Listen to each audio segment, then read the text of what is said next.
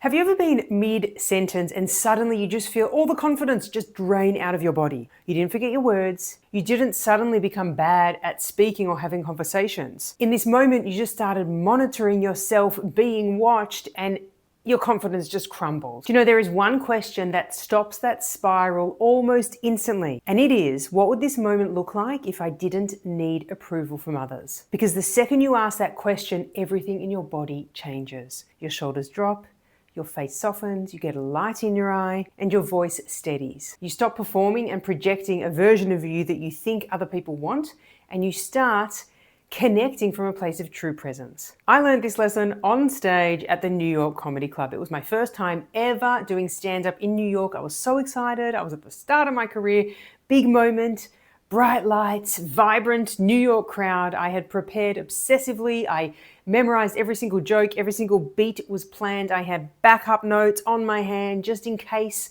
I needed them.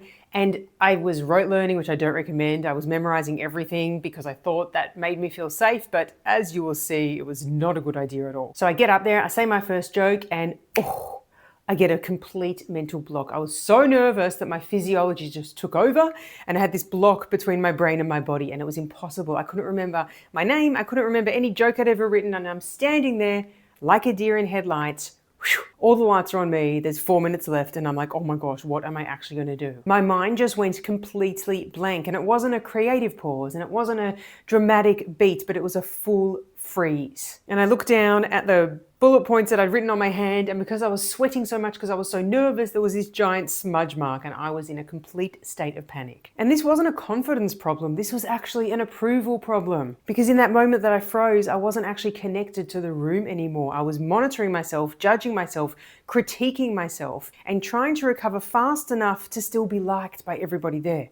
I wanted my set to be good. I wanted them to think I was funny. I wanted them to have a good time. I wanted to do a good job because I wanted them to like me. So half of me was performing and the other half of me was panicking about what the situation would actually look like. I'm sure you can relate to that if you've been in a situation where all of a sudden you're froze and there's just this mental block and you're like, oh my gosh, what do I actually do next? And in that split for me, my confidence just evaporated. Eventually, I locked eyes with one of my friends who was in the audience.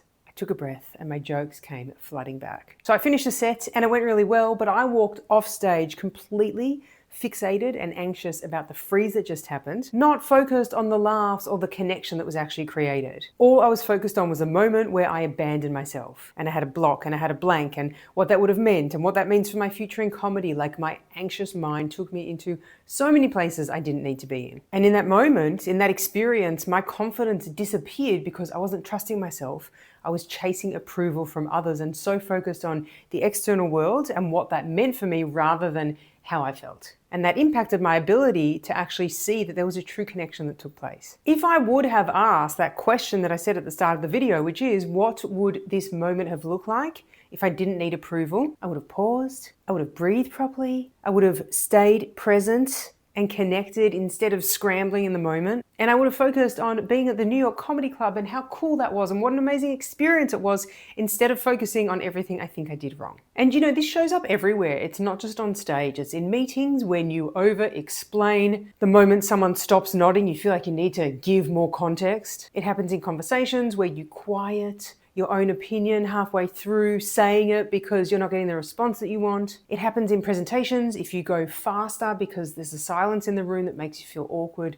It shows up in so many different ways. Too often we need permission and approval and so many things from others that we actually lose touch with our vision, our goal, and our passion. But in all cases, the less we actually chase that approval, the more grounded we feel, and the more we actually trust ourselves, which means every single interaction is going to be much more meaningful. So next time you feel yourself quieting your voice or shrinking in any way or speeding up because you're nervous or second guessing yourself, when you're in the middle of a sentence, don't just try to be more confident and just push through. Just ask, what would this moment look like if I didn't need approval? And see how much that changes who you are and how you show up in that moment. And if you want to know what else quietly kills our confidence, it is boring conversations. Because nothing makes people doubt themselves faster than awkward, sad small talk. This video shows you how to be the most interesting person in the room by asking better questions.